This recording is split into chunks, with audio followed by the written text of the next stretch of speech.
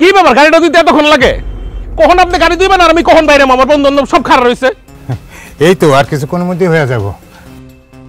আসলে শরীরটাও খারাপ, বয়স হয়ে গেছে, আগের মতো অত তাড়াতাড়ি তো কাজ করতে পারি না বাবাজি। আপনি যে একটা ফাঁকিবাজ এটা আমি খুব ভালো করে বুঝছি। আপনার আর কাজ করা লাগবে না, এদিকে আসেন।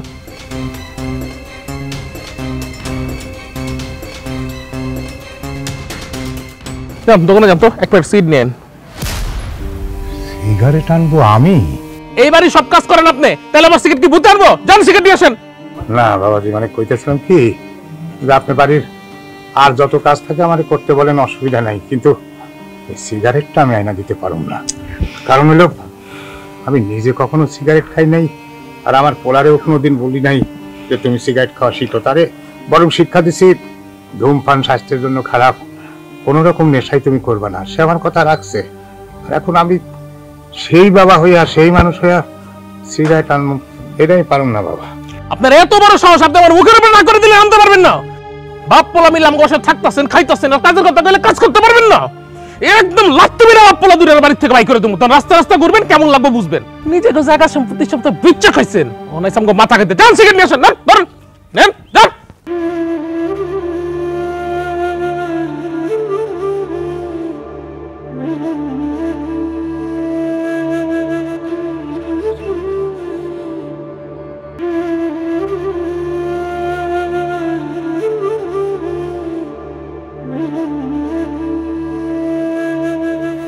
এক প্যাকেট বেনসন দেন।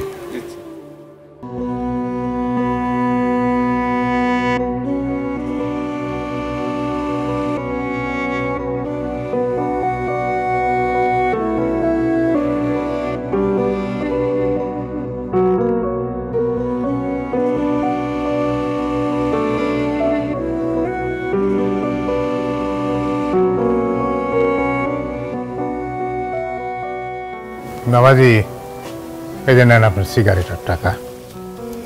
ম্যাচটা দেন। ম্যাচ তো দোকানদার দেয় নাই। তো আমি সিগারেট ধরামো কি? আপনার মাথা দিয়ে ধরামো? আপনার একটা ফাঁকিবাজ লোক। সিগারেট লাগে ম্যাচ লাগে আপনি জানেন না? না না, সিগারেট দিতে দেব।